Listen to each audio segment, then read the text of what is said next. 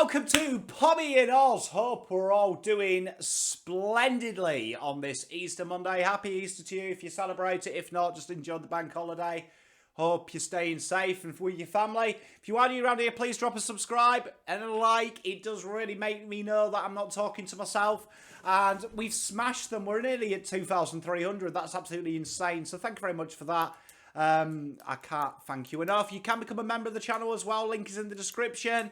You will need to use that if you're on iOS because Apple hates YouTube. So you can do that. We sponsor Dom Akoi and people like that and have a little bit of fun. And today is the review. So obviously Carlton have just got over the line to Port in a game that was really bipolar in some cases, wasn't it? Carlton's game plan at the moment, if it was a boxing fight, the first 6 rounds are just standing in the middle of the ring, getting inside the guard, working the body, working the head. It looks really good. You're like, shit, this is a good fight. The next 4 rounds are Carlton just putting their hands behind the back and becoming a punching bag for the last 2 rounds to be a unanimous points masterclass with a knockout 2 seconds before the final bell. It's a real awkward style to watch. And some takeouts for me, quarter one of the most impressive things for me was our ability to escape the contest. Carlton really utilised Hewitt really well, and he hangs around the back of all them stoppages and contests. The handball comes out to him, and he's looking to spread the play. And he spread the play incredibly well, and I really enjoyed how the wingers operated this week because they got us out of a lot of trouble. And Carlton's first quarter this week was absolutely phenomenal. I really enjoyed it. And it showed to me that the last 2 weeks where they've not done that, a layer has been added. The second quarter, they went really and relied on their stoppage and clearance, which I don't mind. I know everyone's complaining about it, but I tell you what, when you've got PeterV, you play to your strengths, not your weaknesses. And at the moment, we don't really have that many transitional players, which we'll cover in the fans' questions. Thank you very much for that. Stay tuned for that. It's a really good segment. We've got some real heavy analytics. And then the third quarter came. And let's have a look at the third quarter because I think I've earmarked where the problem is. Now, Carlton's core average is 1.5 kick to handball ratio, which is absolutely phenomenal. What that basically means is for every 1.5 kicks, there's a handball. Pretty much that's what it means. Now, Carlton, when handballing since 2006 has been the most key ingredient to breaking the zonal press. The zonal press and the rolling zones started to come in about 2006. Adelaide brought it to the game, and it's now become a thing. And you see zones, rolling zones, they're the niche word now everywhere. They're everywhere. They're like wall rugs. They're everywhere now. Everyone's got them. Do you know what I mean? So it's a really important thing, right, to understand. And 1.4, 1.5 is the happy place. And Carlton have gone from about 1.8, 1.7 in the last regime, which is way too much. And if those older guys, as we'll cover a bit later, will remember that handballs were a side of a bad side. Nowadays, the AFL hates handballs because it's football. Why don't we kick it? Well, there's a reason. Ball retention, number 1. But 2, it's exceptionally good at breaking zones and lines and defences. And all both sports require lines. Everything is about a line. It's the most structured way of defending. If you have lines or walls, as they call them often in Australia, you're going to go far. Now, there's a sign, though, of a handball and a short pass, and it's called panic. And Carlton in the third quarter, it's interesting. The majority of their handballs are in the back half of the ground. And there's certain players that really are guilty of this. Zach Williams is a big one. Lewis Young was a big one this week. They don't want to take the responsibility and the accountability in D50. And that is a mental thing. When the game is going well, when Carlton weren't under pressure, you started to see it. And I want you to look at the against. That's your inside 50s, your scoring opportunities against. Shoots up by nearly 40%. That is huge. Genuinely, the top sides have a nice, steady, linear amount of shots against. And they're all from repeat inside entries. And the majority of Carlton's repeat inside 50s against are in this third quarter. And it stems from that thing where everyone says Teague's back, the long bomb's there. Teague's not back. Default run home to mum status is back. And what it is there's too many handballs in that congestion. No one wants to take the accountability to take the corridor kick. There was a wonderful moment 5 minutes into the third where Carlton turned it over with a corridor kick and you actually saw it shelved. You actually saw that escape entry shelved. And it's funny that when the furnace gets really high, in the last 10 minutes, Carlton started to find that corridor kick because they had to. They had to. And I think these boys are slow learners. I really do. I think they're slow learners and I think they're very vulnerable. And it's interesting that Sard stands out and so does Dot down the back. Sard because I think he gets pissed off. And he just goes, you know what, fuck it, I'm going for a run.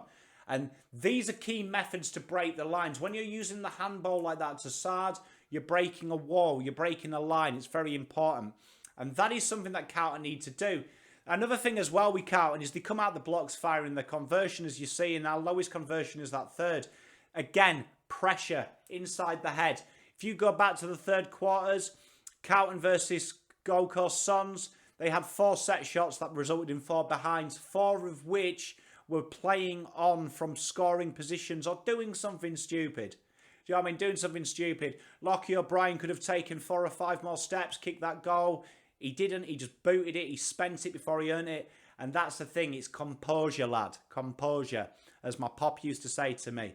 And these are things. And it's not being able to break that line, as shown by the chances go down by 50% and 46%. And when you're losing 40% of your chances and you're giving the opposition 40, a swing of 80%, you're in a world of hurt. As shown by the margin swings 371%. That is worrying. Is worrying for Carlton. And that's from their core median. So it's a really important facet and I think that we've nailed it. And how you fix that really is, one, you've got to repeat it. You've got to live it. There's no way these players can replicate that pressure. But they can replicate the structure. And we'll go into that in more detail. All in all, a win's a win. I'd rather win ugly than lose honourably.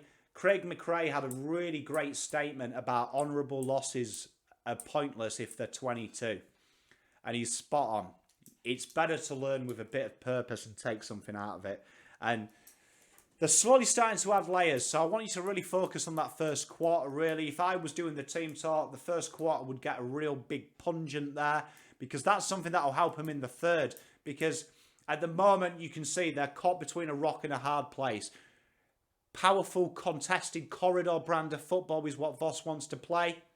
2, when we're at Shit Creek, we just boot the ball to right wing. Caught between a rock and a hard place because when they do the corridor kick under pressure, it requires a little bit of composure. Gets them into trouble, so then they resort to the other default. So he's finding that happy median. And it's something that I think he's going to take. It's going to be here a while. It's going to be to break habits. They always say to master a new habit is 1,000 hours of repetition. How do you get 1,000 hours in AFL? It's like, 10 years that is? You've got to fast track that. You've got to fast track that by basically seeing results. Results half your time of learning. So at the moment, this is halving the time of learning. But it's something that is easily fixed. And how that happens is probably personnel. For me, that's an Oscar Mcdonald job. Bring him in to allow Whittaker to be freed up. He needs being freed up. We miss McGovern averaging over 3 intercept marks and 4 score launches a game. We've never replicated that. It's getting game time into Parks if he's going to be the man, or it's allowing Oscar Mcdonald to free Whittaker up and becoming a very myriad of Melbourne who are the best in the league at doing it. So all in all, I don't mind this game. It's tough though to watch. So let's get on to the fan question. A great question here from Mr. SC Gav, who asked, first 2 quarters we look like a 10-year dynasty. Third and fourth quarter we have no run, look tired with the dreaded bomb kick from defence. Do you think it's a leadership problem? Should I be leaders pulling up players diverting into their old ways? Definitely. It's definitely a job for Whittaker. It's definitely a job for Doc, 2 of the more senior players. But a guy that I really look at here, and this is where you see, as you can see, that dreaded third quarter. And Carlton's numbers in the others are really acceptable, to be honest. If you think they're 28-28, And 1.5 is that happy medium. You want to be about 1.4, 1.5 in the kick to handballs, particularly with this game style. And you can see when it goes slightly up, it gets a little bit worse in the scoring, but obviously that's a bit fatigue. But quarter 3 is the one. Now, Carlton over handball it, and it's really interesting that the three bad quarter 3s have all stemmed from a below 1 kick to handball ratio, as we discussed in the last question. And when you are handballing, you want that ball in your runners. And it's interesting that in the fourth quarter, when them handballs do come out, a lot of them, a majority, it's a Sard. And it's not so bad having a high handball to kick ratio, because there has been times we've been under 1 and scored well, but them handballs have all come from the midfield, and the leadership has taken account to try and draw the rolling zone in the midfield and in the forward line. When it's in the back line, it's a little bit different, and I agree with you. I think there is no run. There's no one really looking to take the game on at this stage, and at third quarter, you do start to see there is this little moment, and players aren't giving it the run. So I think you are spot on. I think that there needs to be a little bit of accountability in that back line, particularly when you've got young players there like Parks and Lewis Young. Although that, like, Lewis Young has played finals, he's still a relatively wet behind the ears player. So it is definitely a stage, because there was a few times in the third quarter you can actually clearly see Whittaker say mine when the ball's in the air, and Lewis Young, just through sheer panic, comes at the ball. It's worth remembering, though, that a lot of this backline have been battered their entire career. So you can see where that moment is. However, it is something that Carlton have to address, because you can't... That third quarter there says you're not playing finals. So it is something that has to be addressed. So it's a great question. And I do think a bit of accountability. I think the A word is very important in that third quarter, because it feels like everyone is handballing the ball away because they don't want accountability. Tim W, Black Metal and Whiskey, and Mark DT all ask excellent questions. Why are we struggling to clear the ball from defence so badly? Is our problem physical or psychological? I think it's we mentally just don't finish out the game. And has our defensive structure improved? What are we not doing when the team transition out the back 50? Well, part of that answer was in just the previous question, but I want to elaborate a little bit more.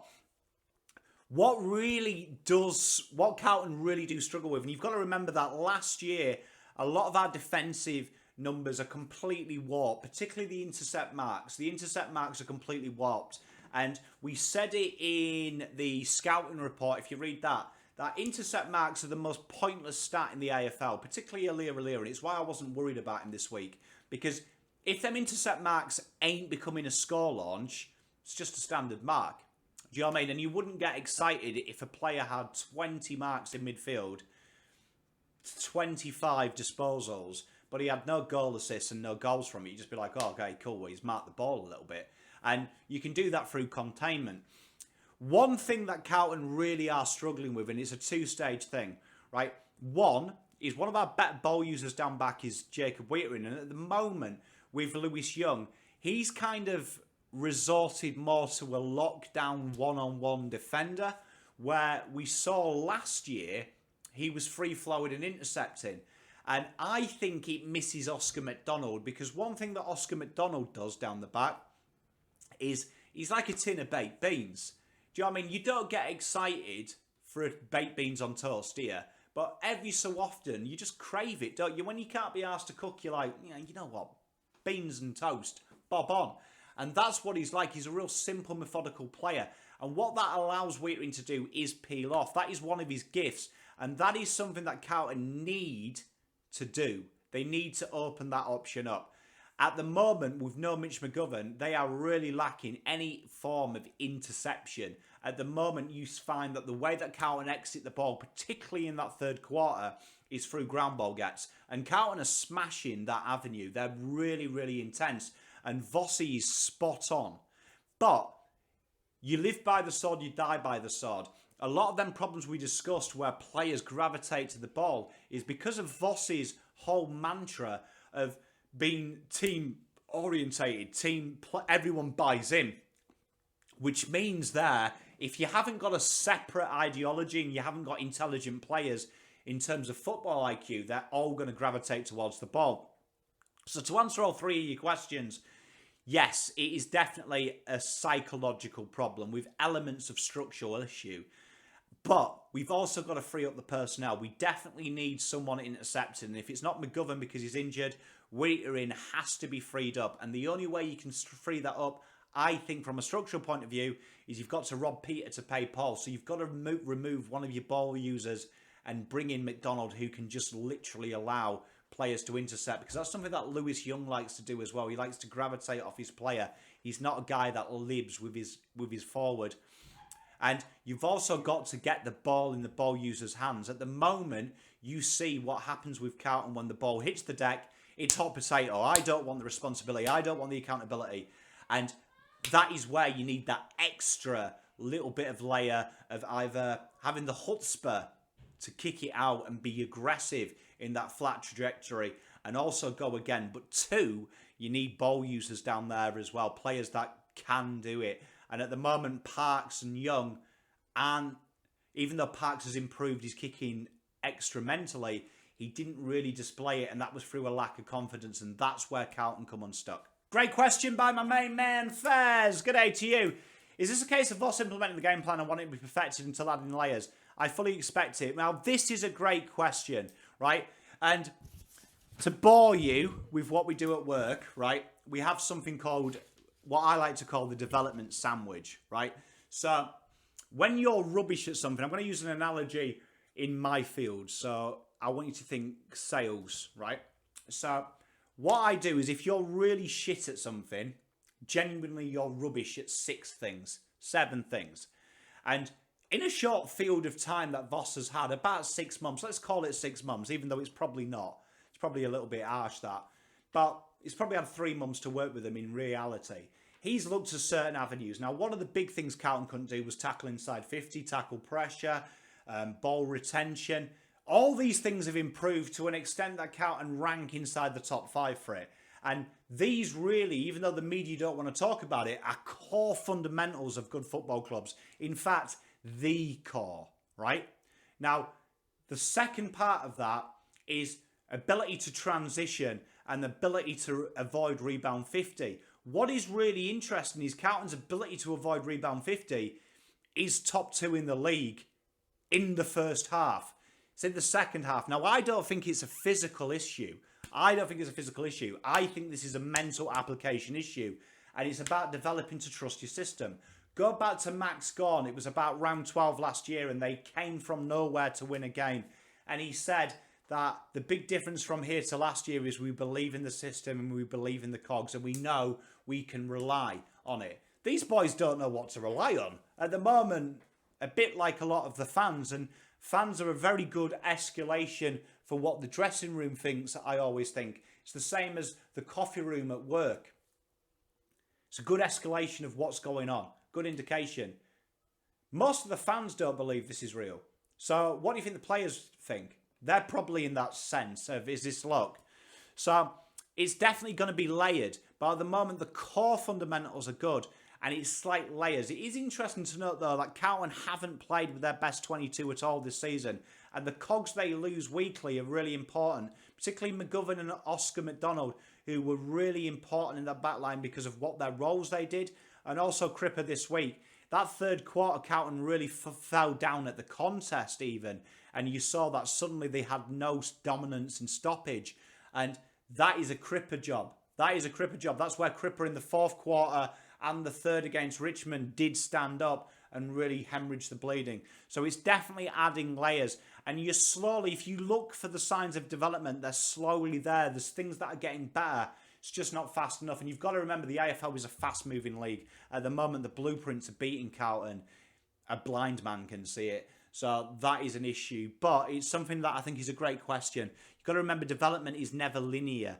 But what you've got to do is hemorrhage the bleeding, right? Before you suture it, you've got to stop the bleeding. And that's what he's done. So it's something that will be added. Absolute great question from good friend of the channel, Brody Marston. Good day to you, mate. Intercept marks and corridor possessions round 1 and 2 versus 3, 4, 5. Trying to ascertain how important McGovern was to our structure and turnover game. on face value, feel that as an issue when the tide has turned. I think it is absolutely huge, and I think it's a twofold question. Mitch McGovern, incidentally, averaged just over 3 intercept marks and about 4 score launches per game. That hasn't been replicated since Mitch McGovern has gone down. What is really poignant about Mitch McGovern is his ability to kick in field when he's under pressure, but also his ability to read the ball at the highest point in flight, often taking it before it even reached the contest, which was an exceptional part of his game. And what is interesting is that when Carlton had Mitch McGovern, their transition wasn't a big factor. They were scoring quite well from it, particularly in the first and the second. Carlton were above the AFL norm for scores from it. And since they've gone, it's a huge thing. Now, I think it's a twofold question. I think Oscar Mcdonald adds a bit of reliability. What Oscar Mcdonald does for Carlton is he locks down one key forward, and he's a real boring defender. And I want you to look at, in my opinion, and the best side in transition in AFL this year and last year are Melbourne Demons, and it's their backline makeup is very particular. They have one lockdown, big key tall, and then they have 2 guys that can intercept. You've got May and Lever. And what you find there is when Carlton have got Mcdonald, Whittaker in and McGovern, they have that replication. And it's very interesting that Carlton only approached the corridor less than 20% of the time in the third quarter. That quarter that absolutely kills us. And it's really an interesting facet of the game. What Carlton did really well in quarter 1 this week was the ability to escape contests. And it's something that's killed them against Hawthorn and Gold Coast. They became too corridor-centric. You've got to find a happy median, though. And Carlton predominantly harbour down that right wing, particularly when they're in trouble. It is a native, and that is a throwback way back to the start of Teague. Teague loved building the play from the right-hand channel. So that is something that is ingrained in them mentally. But something that Mitch McGovern does is Adelaide have always been a corridor-centric side, particularly down back. And you can see that's naturally ingrained in them. And his ability to hit that rifle kick that goes about chest high is really poignant. So this is a great point by Brodie. You can't really replace him. The closest we've got is Luke Parks. But what you saw this week about Parksy, and I did enjoy his game for the most part. However, he didn't take on that corridor kick. And that's something that maybe it's confidence. But in the VFL, you see it a lot for him. And you didn't see it in the AFL. I'm willing to give him the benefit of the doubt this week. But we need to find someone else to do that. And the only way we can find that confidence is him. However, we are always going to be papering over the cracks without him. He's a very key pillar to that. And that's a great question. And I think you'll see when Mitch McGovern does come into this side, if he can stay fit, or if that's a Marchbank who also has them facets, or if it's a Parks we can develop into that role, I think you'll see a total change around from this football side. Great question. Nick, my man. 2 things I noticed in this game, Pom. The first, we always use the same side of the ground, the right-hand side, yeah. And the second, we're bombing it out of defence. Thoughts? Repeat entries kill you in this game, and unfortunately, it doesn't matter how good you are as a defensive outfit. The best defensive outfit for me in the comp, Melbourne. You heard Goodwin talk earlier this week about how that loss to Carlton in the preseason adjusted some things and was a wake-up call for them. That game is really evident of our ability to have repeat inside 50s. And if that's the best defence in the competition, and you can break it down as Carlton, who are much maligned in the press, you can break any defence down. And it is very one-dimensional. And the problem we've got is people say that Voss's game plan is one-dimensional. That couldn't be further from the truth. When he's going well, it has many ways to skin a cat. However, at the moment, there's this D word, default status. And the default status is really from a period of 7 years of shit coaching. It's ingrained in these players. And there's no way, even the great Alistair Clarkson, if you've got Lee Matthews, if you've got all the greats of the game to come in and fix it, you can't fix it overnight. It's something that's going to be stuck in here. You've got to think, habits are very hard to break, and humans are creatures of habits. And that going down that right channel with that, and you can see it as well, don't you? You know what happens. The ball bounces, right? Someone picks it up, and everyone's got that default status. Zach Williams has got that stupid 360 spin, only for him to kick it over his head, right? Do you know what I mean? You know as soon as you see that pirouette from Zach Williams, the ball is going down that right channel. And that is a big, big problem. And the problem is now is you're starting to see teams flood that right-hand side as well. So what that means is it's very easy to defend and it comes straight back in. So great pick up there, great observation. But the good thing is if you know it, they know it. And it can be fixed. So discipline fixes that. Chrissy White, my man, when will we win a third quarter? I'm going to stick my neck on the line. We will win a third quarter against North Melbourne. So you've got 2 weeks. The great Jeff O'Day, good observer of the game, so get around his tweets. The best thing about Torch is when it's finished. So why do we look forward to it every week? Go Blues, 4-1, woot woot.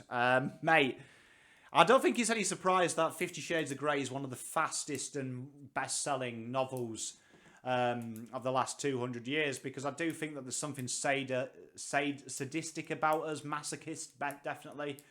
It's a weird thing, isn't it? It's addictable. It's that girl you know you shouldn't talk to, but you do, and you know it's going to end in tears. It's a wonderful feeling, though, isn't it, when it goes right? But I tell you what, it keeps us honest, doesn't it? It keeps us honest.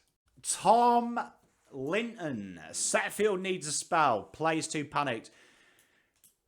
I never want to bag players too harsh, right? But, you know, Will Setfield is like the biggest anomaly in the world, isn't he? Right? So came into the AFL as a half-forward flanker that could play wing and a little bit on the ball. Kind of a your licorice all sorts footballer. Particularly GWS, he dominated at that half-forward. His ability to go in. Everyone saw him as the new wave midfielder that can win the contested ball, rush in and kick a goal.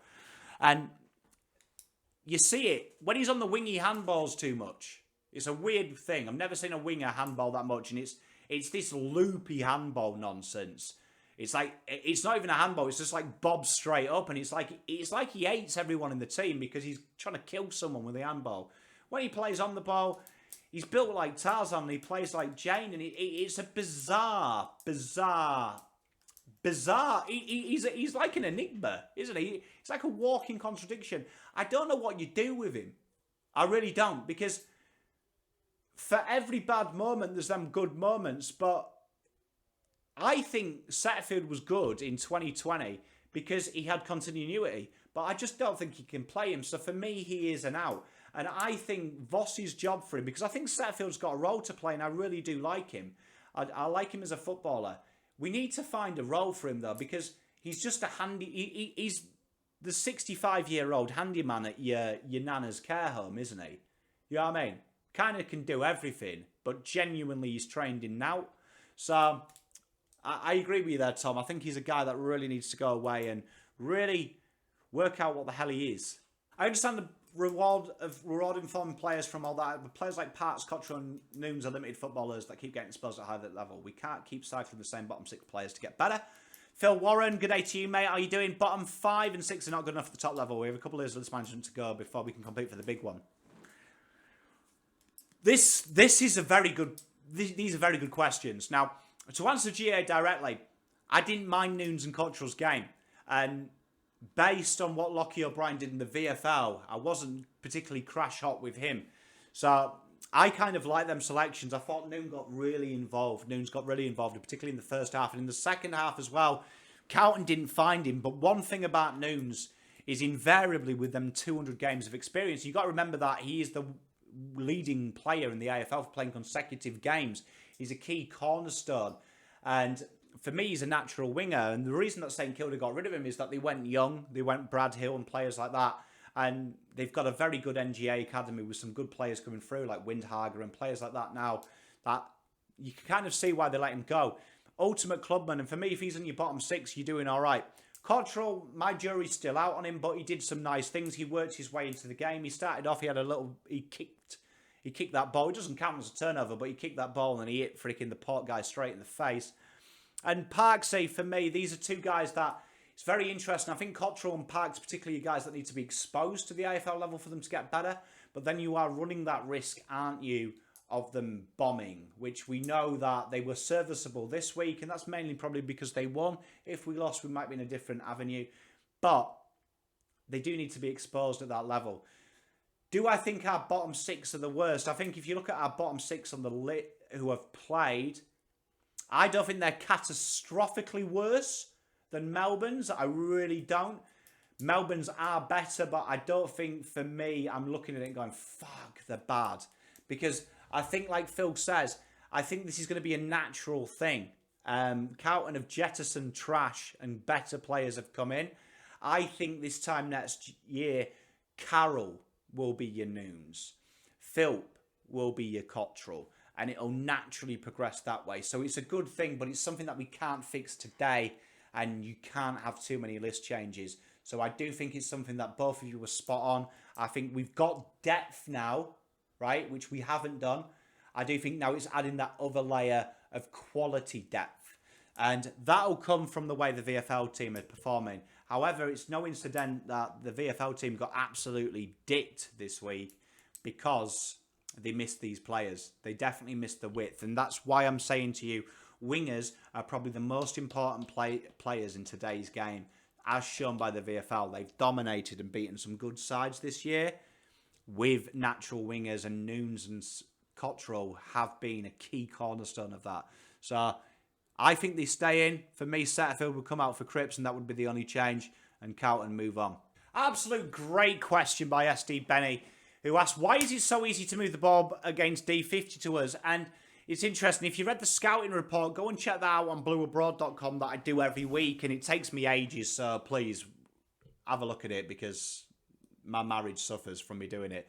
But something that Port do, and this is very alien to the AFL. They're very unusual about it, but it's very efficient and it's very good. So what I'm going to do is you've got to imagine that there's an attacking thing, but it's a twofold answer to answer your question. But what they do is when they win the ball back, you find that they do what Carlton do, right? When Carlton are playing well. And they try and find a loose man, right? And then there's usually a handball and a little bit of a run. And what they do is they drag the zone. So what you've got to kind of imagine in the AFL is that zones are just like this beautiful thing that just, that kind of roam. So a good way to describe it is this is how a zone would work, right? So what you find is when the ball is here, right, Carlton zone is here, and then it starts to shift, and they go diagonally. They're a very good side at just going diagonally. So they love going in diagonals. So what you find with these guys, is they just go diagonally. Bang. Bang. Bang. And then they go bang. And that's what you find that they do. That's what you find that they do. And what that does to your zone is, if you're a zonal team, is, do you know what I mean? Your zones kind of go like this. Ooh, bah. So what Carlton have got to do to stop that happening, and this is very hard because this is just for Port Adelaide, what you've got to do, and what they did in the first quarter really well, is it's just pressure. Take away them outlet ball. What they did to us in the second quarter. What Carlton are doing really well though, genuinely, and this is coming from Owens, is that they just really pressure wherever the ball lands. So if the ball lands here, these guys pressure.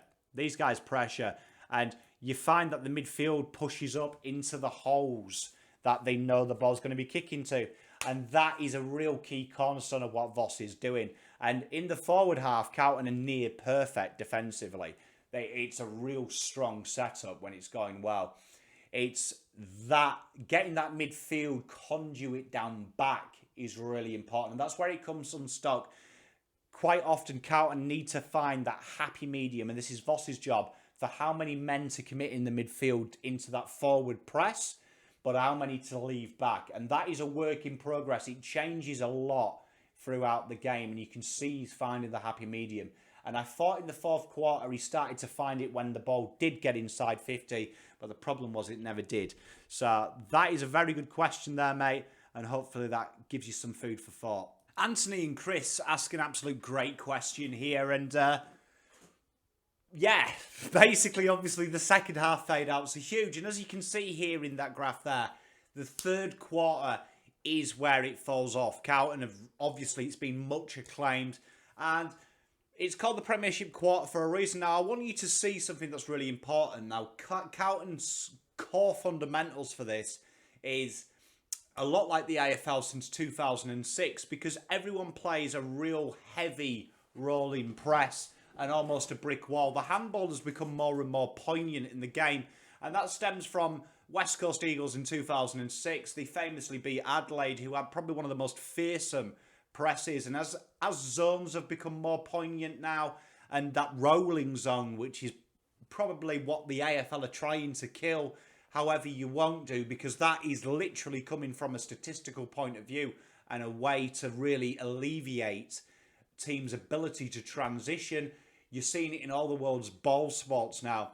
The handball is poignant. However, the handball can be your worst enemy. And as you can see there, Carlton's kick to handball goes below 1.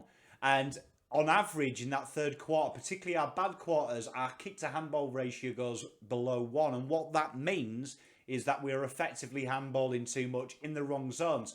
And what is really important with the handball is it's really effective to get out of trouble, but it can get you into trouble. And for those older guys and girls, they'll remember that the handball stat was actually the kick of death, and genuinely sides pre-2006 who handballed around the same as they kick and get into that 1.1, 1.2, 1.3 were actually the worst sides, and it was a sign of a weak side. What you see now is that teams are getting closer and closer to that 1.2, 1.3 mark, and that's something that Voss has done. We've gone from about an average of a 1.7 to, when we're playing well, to about that 1.4. Now, what I want to show you, though, is why it comes unstuck, and it's a twofold answer, right? One, genuinely you find that when teams are in trouble from a sporting point of view, you get a thing where it's like a hot potato. They don't want it. So what I'm going to show you here is a real good scenario in the third quarter for Carlton. And then I'm going to show you what they do well when it's on. And what you find is when the ball, say, comes into this area here, what happens with Carlton is two things. One, the rolling zone falls apart. And what the rolling zone requires is you've got to have a bit of awareness, but you've also got to have awareness for turning the ball back into your favour. And Carlton starts to get dragged, and you find in the fourth quarter what happens quite a bit is something like this. Players get dragged into that contest. And that's why you see two goals that really piss Carlton off. Port did this a few times. They bob it out of trouble. They've got a couple out. Bang, bang, goal. You saw Robbie Gray do that a few times. But what you do find as well is that someone will win the ball back, and the only place they've got is to handball it into trouble, and no one wants to take that ownership. Now, we will cover a player that makes this a little bit different. Even though we still had the third quarter, it did get us out of trouble. But genuinely, when Carlton win the ball back and they play well, they want to go here. They want to go into that corridor, and that is something that is really evident with Carlton. You see Sard comes into the game more in the fourth quarter because he can break a line. Now, what you've got to do is break this wall. And the problem is with Carlton is because everyone's clustered here, in a normal, ideal world, you find someone hangs about the contest. And that's generally someone like Doc or Zach Williams. And you actually see George Hewitt do this a lot. He handballs out into space, and Carlton look to switch it out of trouble and maraud up the field that way. What you find when Carlton are under the cosh, and this is definitely between the ears, this, because two things have happened here. Everyone's drawn to the ball. And there's an old saying in soccer that a panicked sheep flocks to the ball. And that's what they've often said. You actually see players get caught, not ball watching, but kind of ball magnetized. And what happens here is Carlton only have one option, and that's to go here. And it's a really interesting stat that in the crunch games, what Carlton are really good at is avoiding opportunities at goal. And it's something that Carlton did really well against the Doggies, that the opportunities that they did concede at goal were really far away. They weren't proper scoring ones, almost to the point where 4 weren't actually calculated because they weren't deemed in the range of a goal. Carlton can't do that, and then marks go down, and then you see what happens. You see that panic over the head kick to here, and it's just repeat entries. And it's interesting enough that Carlton's majority, 90% of repeat entries, happen in the third.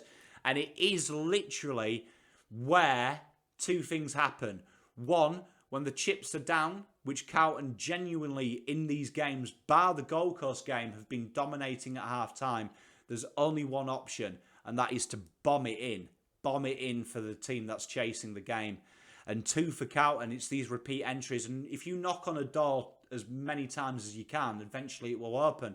And that is something that Carlton have to implement.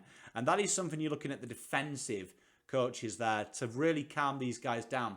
And from a stage of development and working in golf coaching, when you've got someone that is repetitively doing the same mistakes under pressure, the only way you can fix it is through video analysis and recreating this in training. Now, how you'd recreate that in footy is almost impossible. You can't recreate the crowd. You can't recreate the furnace, but you can recreate the structure. And that is really making sure players are disciplined in trying to stay away from the contest as well. And I think with Carlton at the moment, there's a lot of young sheep down the back. And two big culprits of this yesterday were Lewis Young and Mr. Luke Parks in the third. Particularly, they were very guilty of getting in players' ways and getting involved in the contest, where really in an ideal world, I like Doc coming to the fall of the ball. I would have told Parks to always stay just one out and be that outlet ball.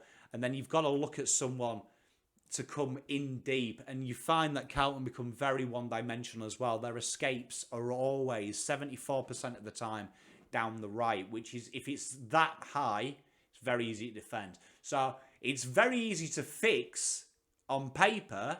However, when you are in the presser furnace, it's very hard to apply to this. So this is just something that is a rinse and repeat. So coming from my experience and development, it's just literally you've got to live through it. And hopefully it gets better. But it will only get better if they are applying the right learnings. And there was times in the fourth where they started to apply the right learnings.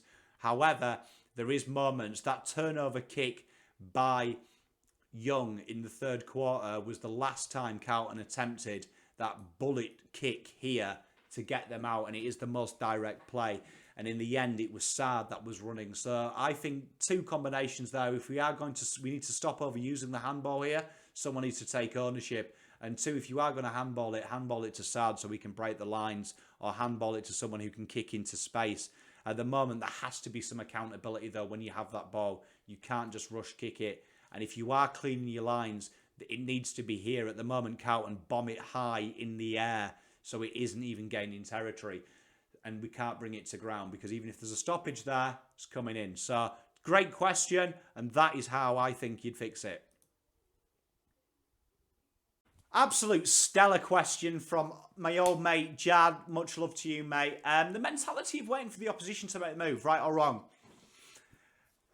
This is a long-winded question, this. I agree. I think there is an element. There is definitely an element of that. You sense it around the ground that teams are going to come, and it's no surprise. The wonderful thing about AFL football, and it's why the quarters argument really pisses me off. I can't tell you how much it pisses me off, because there is ebbs and flows, and there's clear data from the mid-noughties to now that this game fluxes more than ever, particularly in the last 5 years, the swings and roundabouts effect.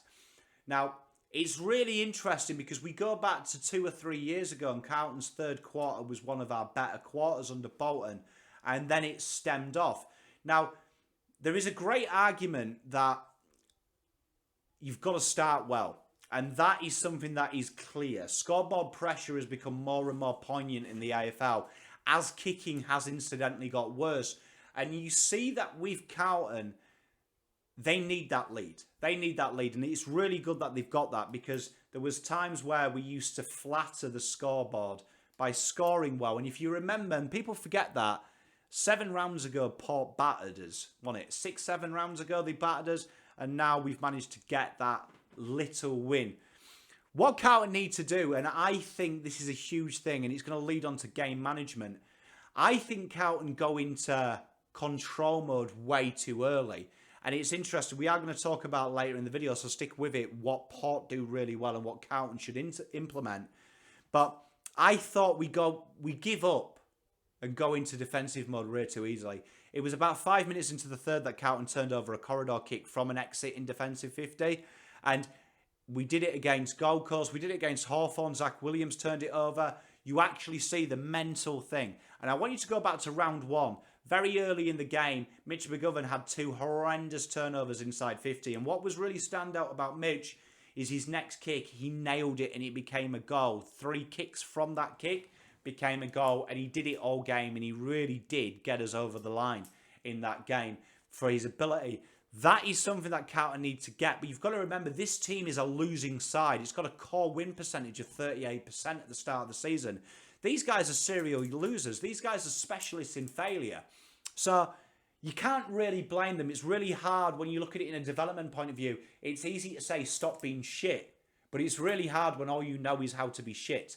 So for Carlton, they're in 2 alien territories. 1, they've never led. They're like, fucking hell, this is pretty good. And 2, they know them things. So it is a slow building process. This side is nowhere near a lock to be top 4 and top 8. They're coming from 13th. And few teams jump from 13 to 8.